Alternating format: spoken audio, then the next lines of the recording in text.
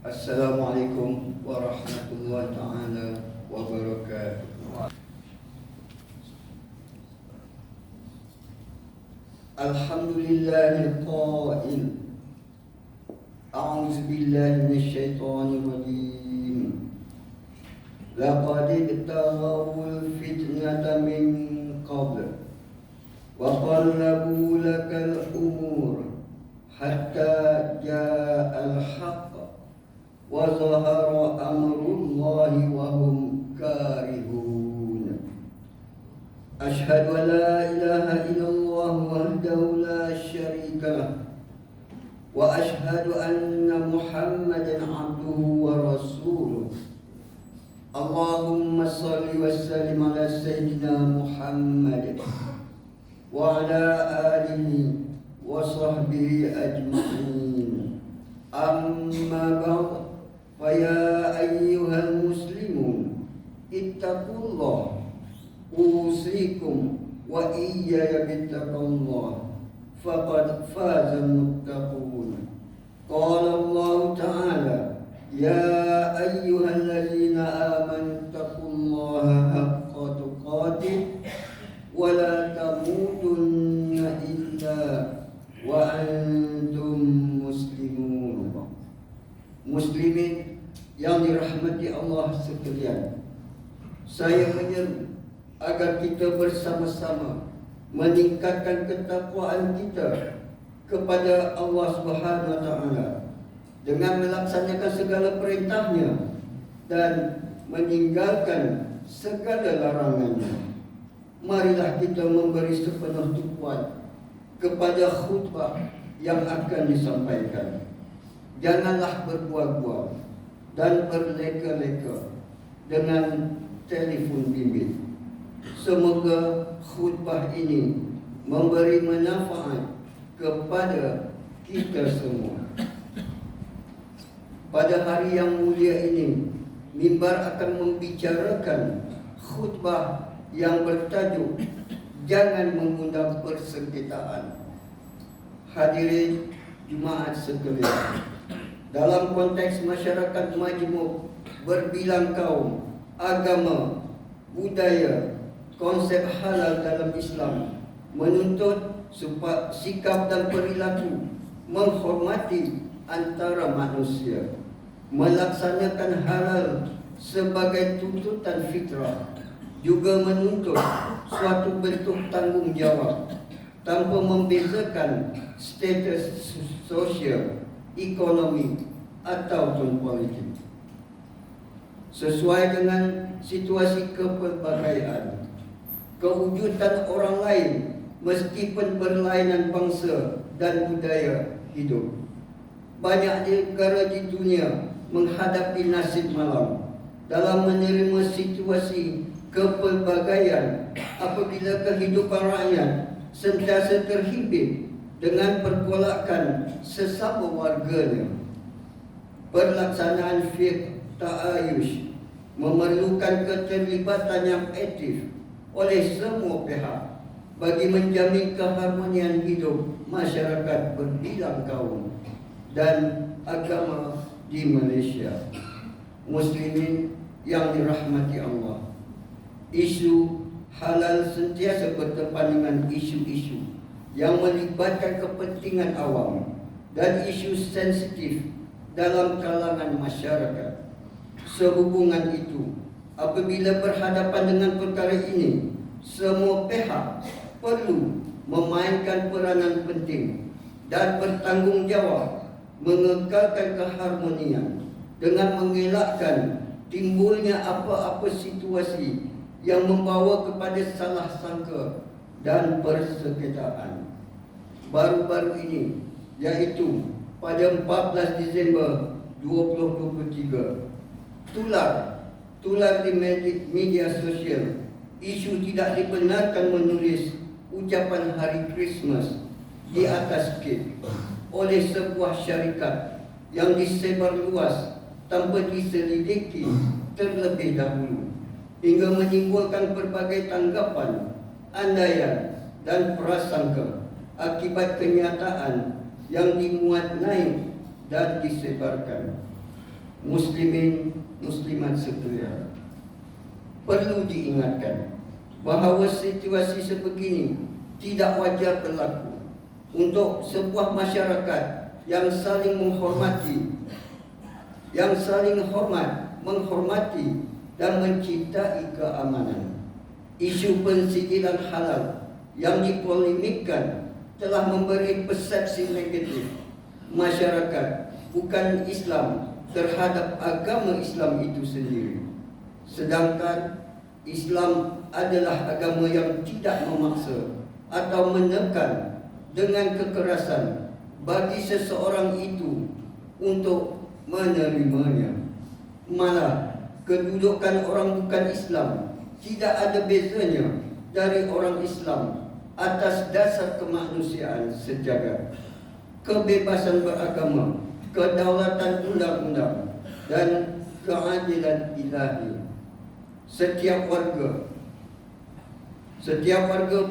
pihak ataupun kelompok masyarakat perlu waspada daripada membuat andaian sendiri, menjadi pencetus provokasi, menabur fitnah atau membakar api permusuhan sehingga mengakibatkan suasana tidak aman atau huru-hara dalam masyarakat. Sikap waspada dalam perkara sebegini sangat diperlukan supaya tidak mencemarkan agama Islam dan menjadikan Islam disalahfaham dan mencetuskan perbalahan. Ketahuilah bahawa agama Islam sangat mementingkan keharmonian sesama insan. Ajaran Islam menekankan hubungan baik bukan sahaja dengan saudara seagama, malah kepada orang bukan Islam. Hadirin jemaat yang dikasihi Allah sekalian, mimbar juga sering mengingatkan, janganlah berprasangka buruk, janganlah menyebar semua perkara yang kita tahu. Lebih teruk lagi apabila ia suatu yang tidak dapat dipastikan. Sesungguhnya orang yang bercerita atau memanjangkan semua yang diketahuinya boleh membawa kepada kedustaan, malah menimbulkan permasalahan yang lebih besar. Hadis daripada Hafs bin Asim radhiyallahu anhu bahawa Rasulullah sallallahu alaihi wasallam bersabda, "Kafa bil mar'i kaziba ay yuhadditha bi kulli ma sami'a." Cukuplah seseorang itu dianggap pendusta apabila dia menceritakan setiap perkara yang didengarinya tanpa tabayun atau tanpa usul periksa. Riwayat Muslim. Dengan itu, jangan sesekali menyebarkan perkara yang tidak pasti atau bertindak melulu sehingga mengeluarkan kenyataan tanpa teliti dan usul periksa. Natijahnya hanyalah bersangka, kerugian dan permusuhan. Perkara berkaitan dengan agama adalah antara isu-isu yang disepakati bersama sebagai isu sensitif yang tidak boleh dipermainkan. Bahkan jangan sesekali diperkecilkan kerana ianya hanya membangkitkan kegelisahan rakyat, mencetuskan huru-hara dan menjejaskan keharmonian masyarakat. Jangan suka melaga-lagakan antara satu pihak dengan pihak yang lain. Jangan jadikan keamanan, kestabilan dan kemakmuran negara sebagai taruhan dalam memperolehi kepentingan individu atau kumpulan tertentu.